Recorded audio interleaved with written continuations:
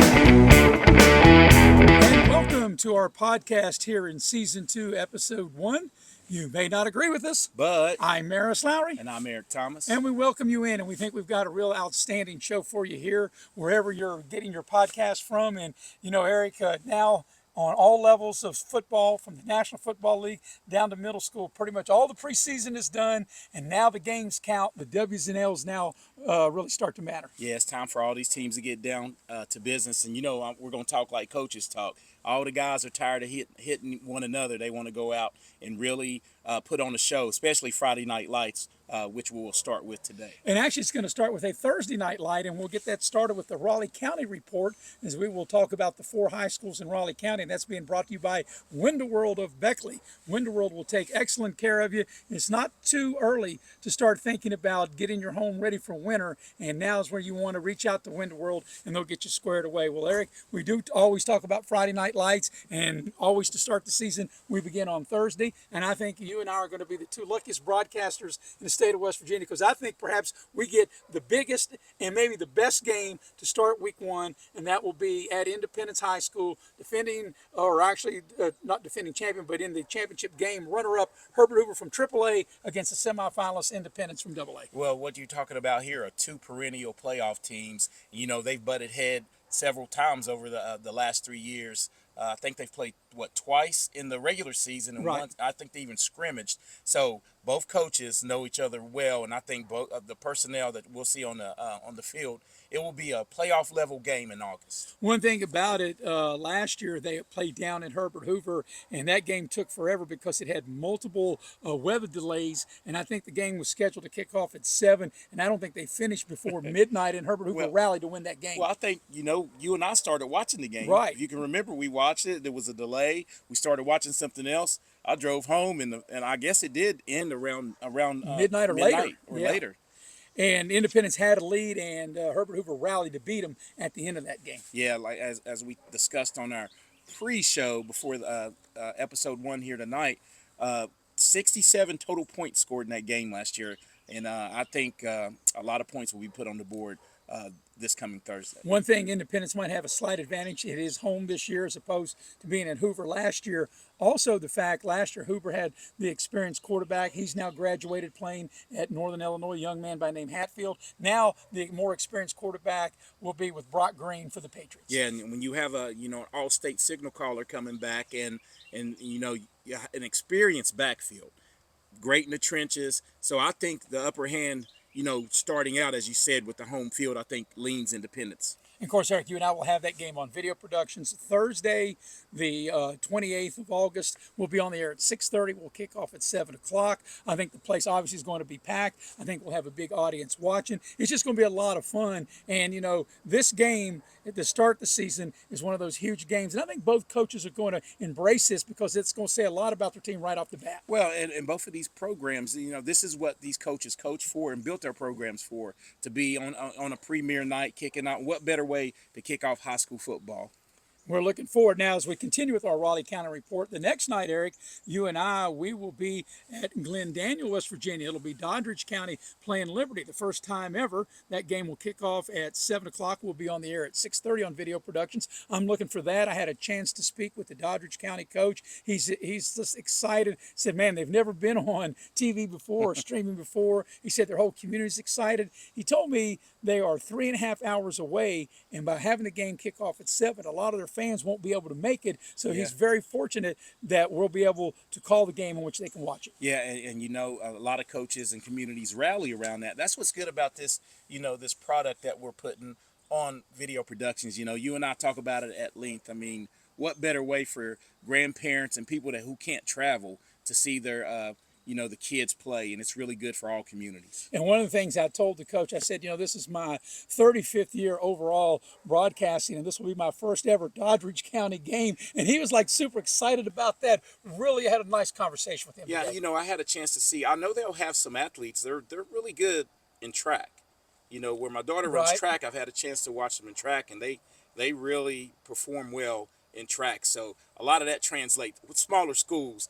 that translates on the football field. And the one thing too, Doddridge has moved up in class. They had been single A, they're in double A. That's how this game came about. So this one will be a good measuring stick for them too, to see where their program's at, right off the bat. And for Liberty, of course, they're trying to get back in the winning ways. And of course, they're led by their quarterback, Jackson Workman, coach's son. He's an outstanding quarterback. And, we did the game last year when Liberty played at Pikeview and he got hurt in that game. I think he broke his ankle, but then he did come back, but he missed so many games. But I think he's anxious to get back out there. And anytime you have a coach's son, the quarterback, you've got to feel really good about that. Yeah, and what I feel good about, with the Liberty team, over the last 2 years, I think the strength of that team will be the offensive line. And when you have a good quarterback, running behind an offensive line, I think if you can get the ground game going, that will open up the pass. And the key to Liberty, as you said, is Workman staying healthy. That is a key. And that's the thing. Liberty only with 30 players. They don't have the depth. So not just Workman staying healthy, and I agree because he's the guy that makes it happen. But the guys up front that do the blocking and all your skill people, they just don't have the depth. So they really got to stay injury free. Yeah, and that's one of those things. You can't next man up mentality. But when the numbers are low, like you have, fatigue, you have to be in better shape with lower numbers and stay healthy. Of course, also a game on Friday that Video Productions will have. Bill O'Brien, Mark Montgomery will be at Van Meter Stadium, and there'll be a ceremony prior to kickoff as Washington comes down from the Eastern Panhandle to take on Beckley. Beckley beat Washington last year in overtime. The track is already named after former football and track coach Pete Colasurto. They will be naming the field after him, so it'll be Pete Colasurto Field at Van Meter Stadium. That will air on Video Productions at 7 o'clock, kickoff at 7:30, Beckley and Washington, and I look for another close game. Beckley beat them, as I mentioned, up there last year in overtime. Yeah, and it was a tough road win, which propelled Beckley. Well, all 16 teams made it last year, but I still think that victory really gave Beckley confidence on the road. And look for Washington to want to try to come down here and get some get back. But it's well deserved that Coach Colasurto finally gets the football field named after him. Winning the only state championship in school history. Well, in 1977, the last time that the Flying Eagles won the state championship, of course, he was the coach. And, of course, you and I had an opportunity to watch Beckley scrimmage last week, and they ran it like a regular game outside of the kickoffs and punts. Beckley beat Cabell Midland 27-14. I was rather impressed with what I saw from the Flying Eagles. Yeah, really impressed. And the thing is that the Beckley team was very young. I think there's only 10 seniors on the team. And, a lot of coaches don't want to hear that, but they looked very well disciplined. They played, a hardcore Cabell Midland team. It's not the Cabell Midland teams of old, but still a worthy opponent. And I thought Beckley, showed themselves pretty well. And, two names, if you follow Beckley and you start watching the games that we have on Video Productions and you go to the games, you start following Beckley, these two names you're going to hear on both sides of the ball, and that's Preston Clary, who had an outstanding scrimmage. He had 2 touchdown receptions, and someone I think pretty good, A.J. Thomas. Even though if A.J. was sitting in between us, he would tell us he wished he would have had a little bit better game. He dropped a couple of passes, but that's okay. As you and I spoke off mic, better to happen in the preseason than when the regular season starts. And you're exactly right. And when you're one of the go-to guys, you got to make plays when plays come to you. But he realizes that, and I think the best thing that could have happened was, if you're a good player, you learn from those mistakes, and they were early mistakes in a scrimmage, and I look for him to bounce back and have a big season. And that's the same thing. There's not been a football player on any level, no matter how good you are, that didn't get knocked down, but it's the ones that get back up and respond. That's right, and you have to bounce back, and being one of the senior leaders,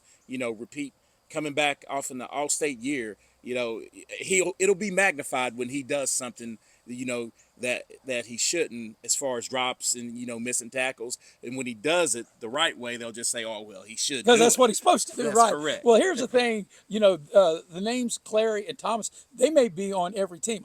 They're on offense, defense. They may be on special teams. They may never come off the field. Yeah, we saw them on kickoff. They didn't do live kickoff, but definitely they were on kickoff, punt return. They'll have to do it all, and they'll need those seniors to really come up big. And then the 4th Raleigh County School, the Shady Spring Tigers, they'll be at St. Albans on Friday. That game's also on Video Productions. Our crew in St. Albans will have that. That will air at 6:30, kickoff at 7. The first time ever, Shady and St. Albans. And, forever, when they had the 3-class system, Shady was basically AA. They were AAA in there a couple of times, but basically AA. St. Albans had always been AAA, yes. And now St. Albans is AAA, Shady AAA in the 4-class system. And so think about this, and you just mentioned it. I'm just finding this out now.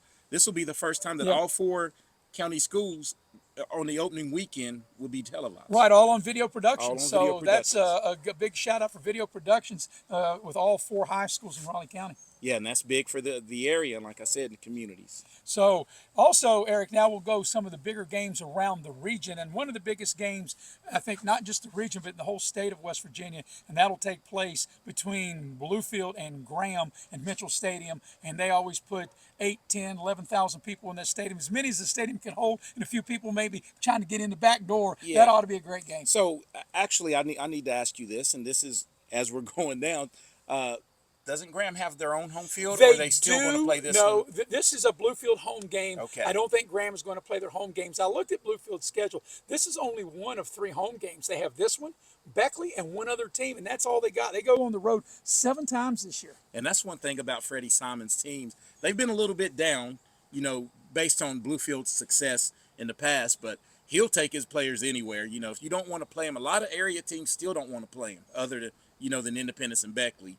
So they have to do what they have to do to get some games, and they're not scared to go on the road. Yeah, the last 3 or 4 years, Graham has gotten the better of Bluefield in this series because you said, Bluefield had been a little down, but it's a rivalry, and who knows what will happen. The Battle of Virginia's Bluefield, West Virginia, and the Beavers, Bluefield, Virginia, and Graham. Well, if you think about last year's game, Graham goes on to win the state championship, but the game up until the third quarter, because we had to check in on it a couple of times, it was a really close game.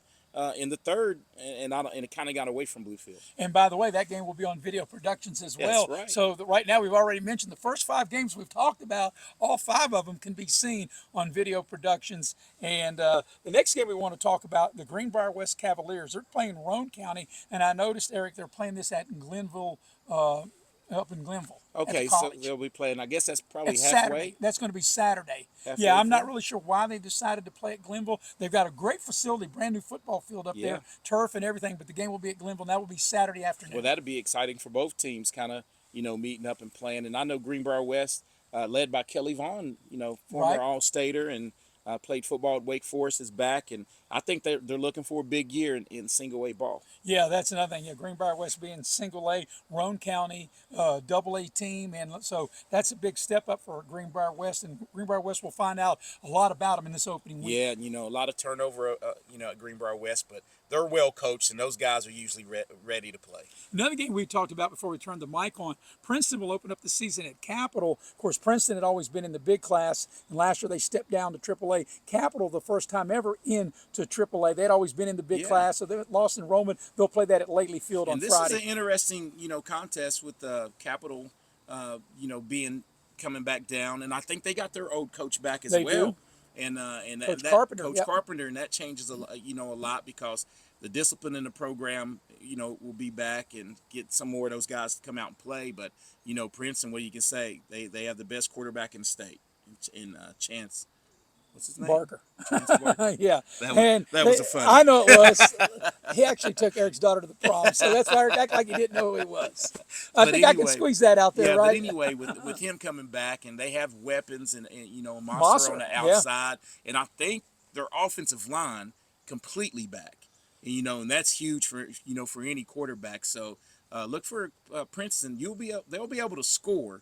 But they lost Jennings. Jennings reclassified. Yeah, and went on to Penn State. And that's when you lose a stud of that caliber. It has to kind of hurt your defense a little. No question. No question. So I think early on in the season, they'll probably have to put up some points until that defense can come around. Yeah, instead of lining up against Capital, now they got a guy, Jenny's going to line up against Michigan, Ohio State. That's right. And teams like that, big difference. And, of course, last but certainly not least, Greenbrier East, they travel down to Quincy to take on Riverside. And this Greenbrier East team, you and I had a chance to do the middle school and the feeder school, and they look like they had a lot of kids that are going to be coming up. So this year, I think they'll have some youth mix in with the guys they have, and Greenbrier East will be a tough out for a lot of people. And you and I will see Greenbrier East when they come to Beckley on Friday, September 5th. We'll have that game on Video Productions. That's always a war. It brings out the best in both. That's right. They teams. bring out the fans, bring out the best in each other, the players, the coaches. That's always. But Beckley's got to take care of Washington. Greenbrier's got to take care of Riverside before they can think about that. That's correct.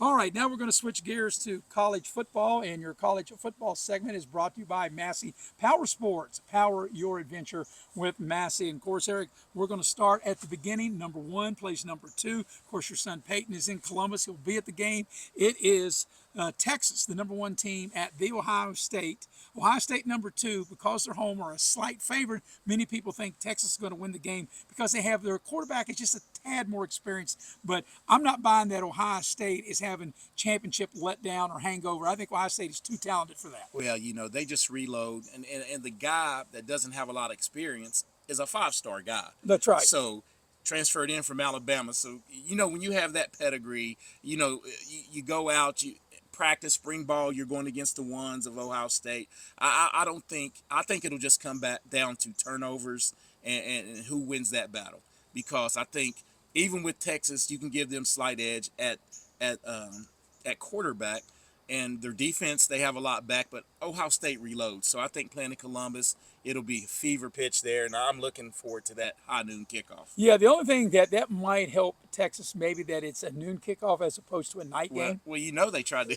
Yeah, Ohio State tried to get they that tried to switch get to the that night right, game. but of course, television, Fox got into that. But I will say this, and I would think the winner of this game, this could be the biggest win that any team has in the landscape of college football this season, the winner of this game. Yeah, and the thing is, which we'll get into later on in our broadcast, over this season, I don't think a loss affects either one of them. No, because you can lose and still be back in the hunt. But for the Yes. team that wins, especially with this gauntlet schedule that each team plays. Yeah, Texas now is in the SEC. Right. And that's, it's no joke running through there. And, Ohio State, if you can get this win, your toughest games are at home. Right, because they don't play Oregon. They don't play year. Oregon this year. Penn State Penn comes State's to at Columbus. home. They do have to go to Ann Arbor, though. Yeah, Ann Arbor, but or they do. Well, It's about time to get a W up maybe. there, maybe. Yeah. So we'll see how it all plays out. Of course, Alabama takes on Florida State. That game's in Tallahassee. And, everybody's expecting Alabama to bounce back. They missed the playoffs a year ago. And Florida State, I just don't know what to expect from them. They do got a new quarterback transferred down from Boston College. Yeah, and that's one thing about the portal. If you can get somebody ready, because Florida State, I thought their coach was on a hot seat 2 years ago, and Florida and University of Florida, but both guys got it turned around at the end of the season. So that'll be a good one to watch. Another one is going to be a night game, the Battle of the Tigers. It'll be LSU against Clemson. Here's a stat. Of course, this is Brian Kelly's 4th year as head coach at LSU, but even going back before him, LSU has lost their last 5 openers to start the season. That's shocking. As good as LSU's been, they've lost their opener. But once again, as you talked about, the loser of this game is still not out of it. But what a big game early between LSU and Clemson. But the LSU, this game means way more to LSU. One, because of the stat you just gave. Brian Kelly loses this opening game, I think he's on the hot seat. Yeah, I really do. Well, I think they don't make the playoffs. Because the ACC is a tad weaker. Clemson can Then lose this it's game right. and be possibly okay. still play in the the ACC championship game. LSU loses this game, they still have to play that. I mean, let's face it, guys. The Gauntlet. SEC Yes. is a gauntlet every Saturday. Well, and to your point, Clemson does not play Miami. They don't play SMU, who was in the championship game last year. I mean, so this happens to be the year where Clemson really avoids all that, and their own other non-conference games are nowhere near close exactly to the right. caliber of LSU. So I think LSU, this is a must-win as early as you can sign up for one right now for Brian Kelly. Sunday night is as big as it gets. Notre Dame and Miami. Notre Dame leads the overall series 18-8-1, but in Miami. And Eric, you were just maybe 2 years old the last time Notre Dame won in Miami. It was the national championship year of 1977, the last time the Irish beat the Canes in Miami. Yeah, well, I was a little older than one on that. Well, maybe 2. Try 5 or 6. Oh, 5 or 6. All right. So, Notre Dame's had their number, but when these teams get together, it's always, a good contest.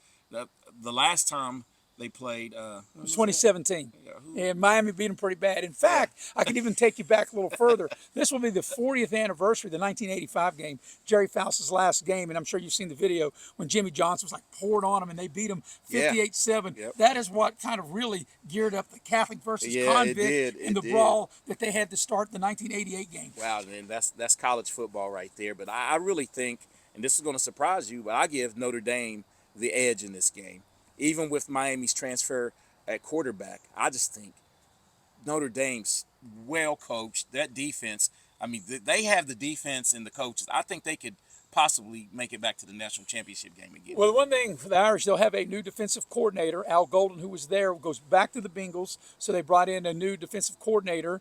And they've got a quarterback in C.J. Carr, and odd enough that his grandfather would coach Michigan, and now he's getting his first start. He really did. I think he took maybe 2 snaps last year. But like I said, he was a highly recruited Yeah, he's a player as 5-star. well. And I don't take much into that. When once the lights go on, I think 3 or 4 plays into the game, it's football, and just go out. And the offensive line is really good at Notre Dame. I think your line is so good at Notre Dame that a starter transferred out, because I don't think he would be able to play. He wasn't going to play this year. That'll be Sunday night, by the way. I want to wish my mom a happy 90th birthday. Her birthday is Saturday, August 30th. We're going to have the party on Sunday the 31st. I guess that's like the tailgate. That's the tailgate. The tailgate to the Notre Dame Miami game, right? We'll so you can tell we're jacked for that. Yeah, we're going to have some blue cans for that. The nice taste of Pepsi. All right, now we're going to talk about the 2 state schools. So first of all, Marshall going down to Athens to play Georgia. It's in the middle of the day, 3:30. And it's hard to believe that Georgia, a 40-point favorite in this game. Yeah, and I think it even went up to even 40 and even 40. Well, no one knows what to expect. Bookies are looking at, when Marshall's coach left, he took a good 30-some players and but look for Gibby down at Marshall, the coach there. I think he brought in some quality guys to mix in with a couple of holdover players, and I'm real excited to see this game just because we know someone that's going to be playing defensive end for Marshall, and that's Braden Ward. I'm anxious to see his progression. I'm just going to watch him every play and see if he can get a quarterback pressure down at Georgia. That's doing a lot. And Eric, it's amazing. You bring that up because where we're recording this podcast right here on your deck, Braden. I remember when he was about 8 or 9 years old, hanging out with him on this deck, That's right. And we know him really well. Of course, you work with his dad, and his dad is also the godfather of your son. Yeah. So I mean, there's ties. There's a lot of ties here. But too, as you talked about, Coach Gibson, he brought some players in from NC State, and I think it's so much of the unknown. And I think when you talk about nationally bettors thinking, Marshall beat Notre Dame a few years, but who's Marshall, Georgia? I think that's why right. I think this line is inflated. Yeah, it's inflated a lot. If I was going to roll with it, I'm going to roll with the take points Marshall opening. to 40, Yeah, easy. But as you said, Georgia's Georgia, and it's going down in the SEC country. But that's one of those games early on. You could keep it close. If you remember the Ohio State game last year, Marshall took Ohio State got the opening kick off, went 3 and out, and Marshall took it and scored. So Marshall's had a history of playing these teams tough. Yes. And I think if Marshall can score twice, they'll cover. Yeah, and that'll be a test for Marshall, but it's going to be fun watching it. And then last but certainly not least, the West Virginia Mountaineers will kick off Saturday afternoon, 2 o'clock. They'll play Robert Morris. Robert Morris is in the lower division, the FBS, it used to be 1AA. And actually, when you bring in a new coach, I guess a new old coach like Rich Rodriguez, and you have all these new players, maybe it's good that you start off, maybe not necessarily that low of a squad, but start off with somebody like that so you can kind of get the handle on things. Well, you want to start out with some momentum. And that's what he's going to need early. And all signs are pointing to Pitt. But you want to get this win. You want to come out healthy. But you have to watch those Ohio Bobcats, which we will cover, in next week's show. Right. But I'm excited about Coach Rodriguez coming back. Spot the ball.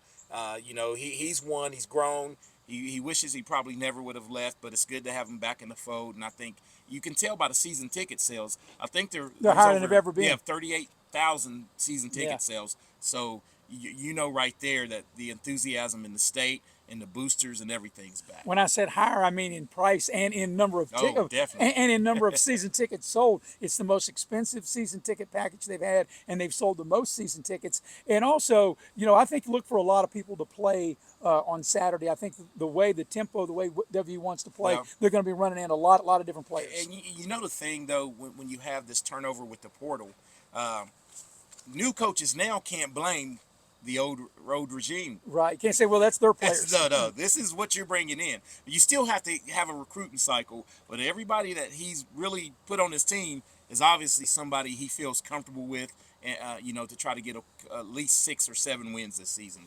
All right. Now we go to our last segment, but before that, we need to do what with this podcast? You need to like, share, and subscribe.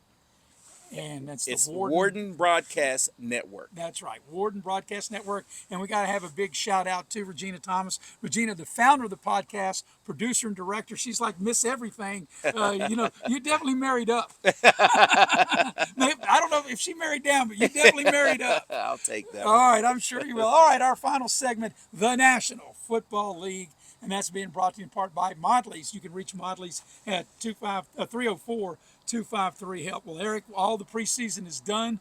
The regular season will start September 4th. I know it's near and dear to your heart. The Cowboys will open up at the defending champion Philadelphia Eagles. And before we turn the mic on, we were talking about Micah Parsons. The Commander signed McLaurin. Seems like the Bengals, they signed their defensive guy. Yes. His name slips me right now, but Trey Henderson. They signed him. Yeah. Seems like everybody's now got the guy they want. So now it's always the Dallas drama. It seems like it wouldn't be the Cowboys without the drama, That's right? right. Ever since '88, drama in Cowboy land, and we wouldn't have it any other way. Most of the fans get upset, but I just said it's Jerry being Jerry, and I understand both sides of it. All the cards are in Jerry's hand, though. Yeah, because he owes the checkbook. He owes the checkbook, and he's under contract. Right. So if he sets out, everything that he's doing, it'll reset next year because it's not a year. So he'll still be on his 5th-year option. I've looked this up. Right. And now, if he doesn't sign any plays, Jerry can franchise him for 2 years. Yeah, and he's stuck. So I think it'll work out. Well, I do too. Actually, I think Dallas will sign him like a week out for the game, and he will play. Now, he might be on a snap count, but I think eventually they'll get it worked out, and he will play. And, of course, he started off right off the bat. The one thing, let me run this by you, too, because on Friday night, September 5th, the Kansas City Chiefs are playing the L.A. Chargers in Brazil.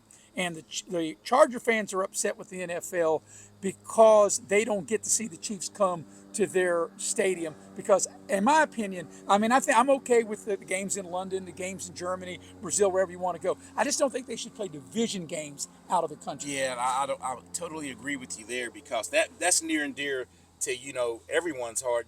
Division is what matters. It's huge. When we talk about it at length, division.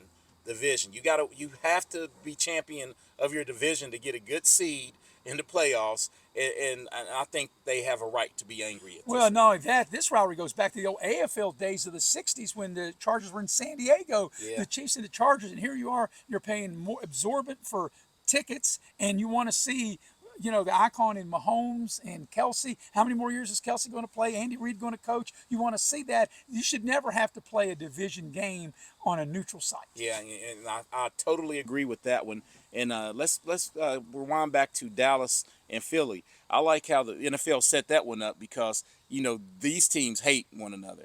And Philly's going to try to probably raise their banner and get their ring, the Super Bowl ring. Right. It's like a homecoming, high school homecoming. That's right. You ought to get Dallas fired up. It ought to get Dallas fired up. But as for the Chiefs fans, they're loyal fans, man. The Arrowhead rocks every home game, and I think they have a beef, a true beef. Yeah, that would be the Chargers because the game is going to be in L.A. Yeah. Oh, well, the Chargers yeah, as well. the Chargers. But I just don't think you should ever play, like I said, a division game. I get playing those games over. Building the brand, overseas. but I think it should be, non-divisional contest and playing, somewhere when you play that way. Okay, well, you look at both conferences, the NFC and the AFC, you have your usual suspects as your favorites. But if you had to take a dark horse in the NFC or a dark horse in the AFC, who would it be? And I'm talking about to make it to the Super Bowl. To make it to the Super Bowl, Right. Out of the AFC? Yeah, like a dark horse. I'm going to have to go, and it's tough for me to say this one, but I would have to go with Denver just based on the good quarterback play they got. They turned over their roster, but their defense will be stout. And their coaching. And their coaching. So their defense, they have a championship caliber coach, but that would be my dark horse in the AFC. And ladies and gentlemen, Eric and I did not discuss this before that. I'm thinking Denver too. But another thing, a lot of fans, maybe the Steelers, perhaps with the defense they have, the offensive upgrade to Rodgers, if he can perform anything like some of his years in Green Bay, we'll see. Yeah, and that would be an easy one. So I was trying to pick somebody Right, off the cup. right. I'm all in on the Steelers. I think they really solidified their defense, in the trade that they made. They got Ramsey in, who now can play a little bit of safety. They got a Philadelphia Eagle corner back as well. and they already had drafted well at corner, so they have three, what I consider 3-1s, and they need it in that division. And they signed Watt. They got him back in the mix. Watt, Yeah. you know how good, you know what makes your pass defense good? A pass rush. Right. As long as you got someone bearing down on the quarterback and has to get rid of it, I think they will be totally fine. And Rodgers isn't a big upgrade from Wilson. I'm sorry. He is. Even if he was on a down year, his down years are better than a Russell lot Wilson as of late. As of late. Yeah. So I think the Steelers would be another good choice. All right, in the NFC. Oh, this one's easy. I think the Rams. The Los Angeles Rams, and you and I watched the game with Philly last year. They were one play away from beating Philly at Philly, and I think they have a championship caliber quarterback, great coaching, and a sturdy defense. Yeah, and I would agree with that because everything relies on the health of Matt Stafford. But I'll go a step further. My dark horse special would be the Green Bay Packers. Oh, the Packers, yeah, but yeah, Jordan Love, yeah, he has to be healthy. Right. They has to be healthy, and they still have question mark at wide receiver as well. But those are two good choices. But I think we're looking for a great season. We're going to be broadcasting middle school games, volleyball games as well on video productions. Eric and I will be our 5th year together, and we're looking forward to it. And this is our 2nd year of doing the podcast, and like always, partner, a lot of fun. A lot of fun, and we need to get some subscribers. So hey, share this. 2 clowns talking sports.